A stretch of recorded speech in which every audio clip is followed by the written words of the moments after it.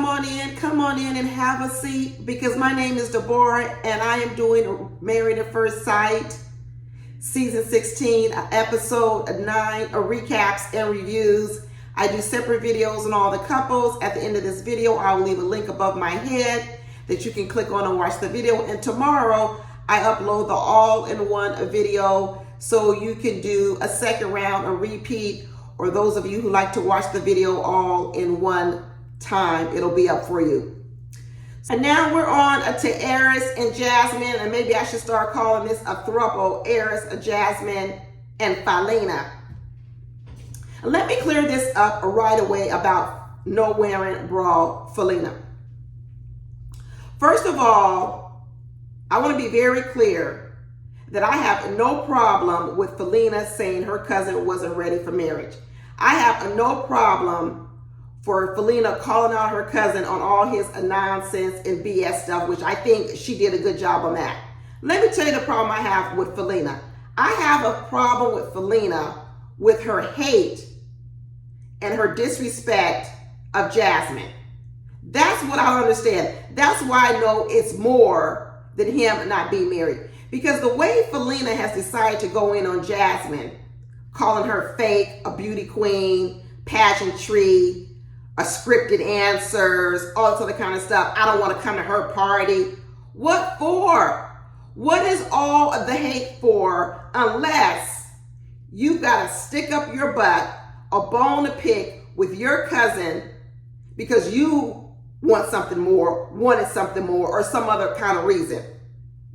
That's the problem I have with Felina. What she got for Eris, you know what? If she only had the heat for Eris, this would be a completely different scenario. I would be cheering Felina on and waving a bra in the air at the same time. I would be cheering her on and waving a bra in the air, and that would be our rallying cry to say, again on Felina, again on Felina. But the fact that she likes to come for Jasmine, I just don't get it. I don't like it. I don't understand it. And then when Jasmine told Eris she didn't want her to come to the party, and he kept insisting that she come to the party, and then went behind Jasmine's back, invited Felina. Felina said, I don't want to come anyway. And then he went back and said that they have poor communication because Jasmine should have told him up front that she didn't want Felina to come. Another lie. Do we have another liar on our hands, people? It seems like we do. Is this the season of liars? At first, I narrowed it down to Gina and Mac. This episode, I have added Dom, and I've moved Dom up to quite a bit high on the list. She's giving Gina a run for her money. And now I'm looking at Eris and saying, you really gonna tell us that you didn't know Jasmine didn't want Felina at the dinner party, and then you say you both got communication issues, but obviously her communication issues are the ones with the problem. You notice what Eris does. Anytime there's a problem, it's always a Jasmine's problem. I don't like Jasmine because she doesn't have a big booty and she's not my type. Her problem, not his problem. Although I know he's the one with the emotional trauma, it's her problem because she doesn't necessarily look the way he would want her to look. And when I say her problem, which means he doesn't need to do anything differently, she would have to be the one. She would just have to look a whole different kind of way. It's her problem. When the whole thing happened with coming to the dinner, him going over and inviting Felina, even though Jasmine said she didn't want her there, he said, well, I still asked her to come because there was miscommunication because Jasmine didn't make it clear that she didn't want her there. Yes, she did. She made it clear. We all saw the tape before you even went over there, and it was clear when you were doing the guest list. She said, no, I don't want her here, but you overlooked it and did what the hell you wanted to do. But once again, there he is blaming Jasmine. He says he feels uncomfortable in the relationship because and feels guilty because he says Jasmine is attracted to him and he's not attracted to her. I'm so tired of hearing this. I'm tired of him saying it, and I'm tired of Jasmine repeating it. Who cares? Who cares anymore? Because we already know that Eris has many more problems than this whole issue around a big booty and a smile. Then later on in the episode, he starts talking about the problem with me and Jasmine. We could move forward when he's talking to the friends at the housewarming, talking about, oh, we just need a plan instead of just going to work and coming home. We need a plan. Well, do one. You're supposed to be the leader of the home. Come up with a plan. Everything is Jasmine's fault. Everything is for Jasmine to fix. Everything is for Jasmine to feed me grapes, feed me lobster, wipe my booty, take care of me, come up with a plan, grow a bigger booty, get a better smile. What are you doing, Eris? What do you do? And then next week we find out he's got COVID, and next thing you know, he's gonna want Jasmine to take care of him while he has COVID. Girl, I'm so sick of Eris. Eris doesn't do anything but sit back and point out things that are not right and then ask for other people to do things to make them right. I'm sick of him. When that cousin came and sat down with Eris for that little one-on-one date, did you see how she walked in all smiling? That's why I know this is more than just about a Jasmine thing. She was so excited to see Eris. Yeah, she was just so excited to see Eris. She was all smiles. And when she heard that the marriage wasn't going well, she lit up.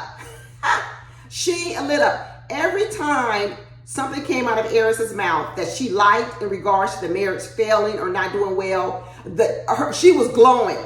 But when she was afraid to hear what was going to happen next, you could see she clammed up. When Eris told her, you know what, there really wasn't that much romance on the honeymoon, she was like, oh, so you're not attracted to her. So you're not attracted to her. She was lighting up. She was like a kid in a candy store. She was just so excited to hear this news that this marriage was going nowhere. And all Eris can do is keep talking about, I love her inside. You know, if there was ever a problem, I know she would check people. Why she gotta check people for you? Now she's your bodyguard too. Now she's the person that's gotta protect you and stand in for you. He's like, oh, and if I ever got sick, I knew she would take care of me. Why is this all about Jasmine being his nursemaid, his security guard, you know, all these things? What does he do? What is his value in a relationship? Does he think sex and making an R&B video is something of value to people, and the fact that they want to be married to that? He brings nothing to the table. What? A blank face? A blank face. Have we even seen Eris smile? Have we seen Eris smile? How many emotions does Eris have? At least maybe one or two at the most. One or two. No more than one or two emotions have we seen him have. Just like I told you guys last week, his only relationships are with images, inanimate objects, things that aren't physical, relationships with movie stars on TV, people in magazines, the obituary of his father. He probably got a blow-up doll at home. R&B videos that he watches on TV and he recreates at his home with women that he probably doesn't even look at, because he doesn't look at any woman. He looks to the side, out in space. He doesn't like to talk. He's a robot, just like I told you guys last week. More of this robotic Eris is on my television screen. AI, artificial intelligence. This Felina girl, but she was on him. She started going and said, well, if you don't, just go ahead and have sex with your wife. But by that time, she could say those things because she knew he didn't like her. Now she's acting all encouraging. Yeah, just go ahead and have sex with your wife, because now she knows that he doesn't really like her. Now what she's prompting him to do is go ahead and use her. Go ahead and use her body. Go ahead and just use her up and dog her out, probably like you dogged me out. Probably like how when you had sex with me and threw me away. Do her the same way you did me. Have sex with her and throw her away. Because in the same breath, she says, I don't want to come to no housewarming party when I know this is going nowhere. Well, if you know it's not going nowhere, why did you just tell him a minute ago to have sex with her?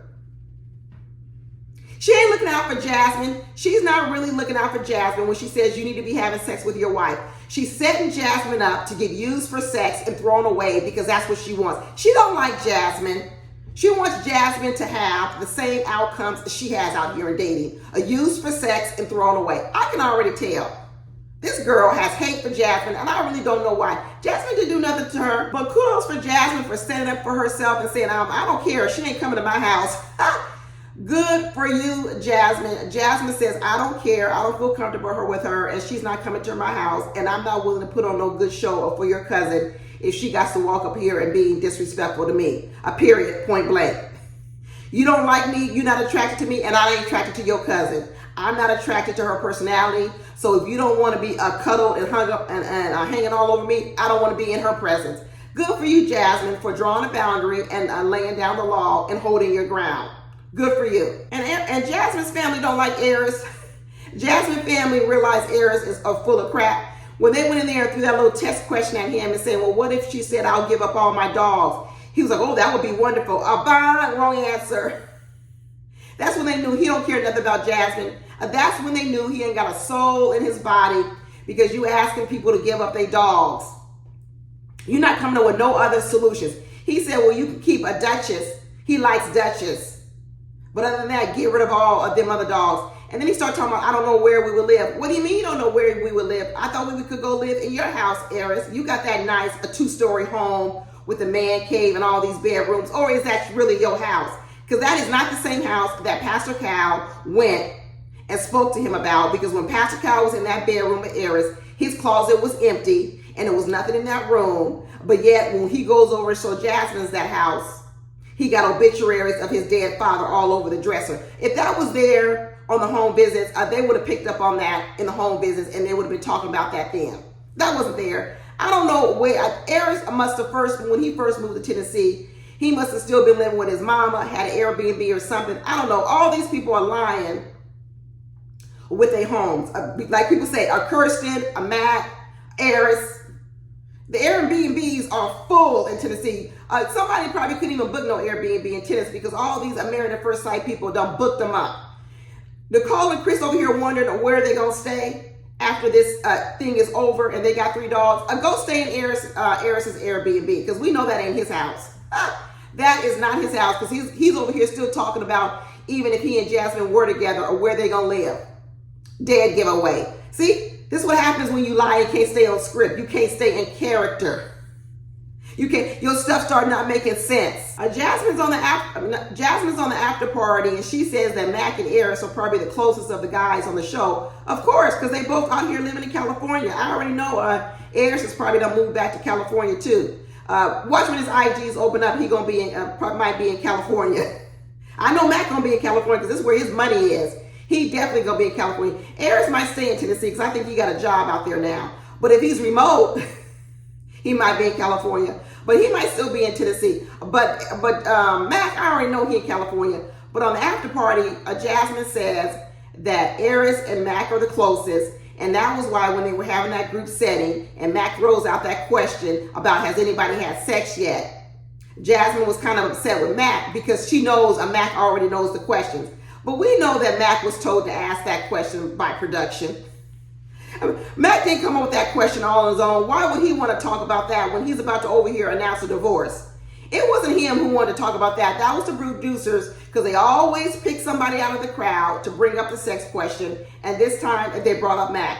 But Jasmine says he already knew the answer because he and Eris talk all the time. We know they do. But that was all that was on this show. We still waiting for Eris to do something, because all he tends to do is, like I said, point out what Jasmine needs to do, what she does well, what else she can do, like she is his servant, like she is his servant. I'm so tired of it. But anyway, that's it, y'all. Watch my other videos. Here are some links. I'll talk to you later. Bye.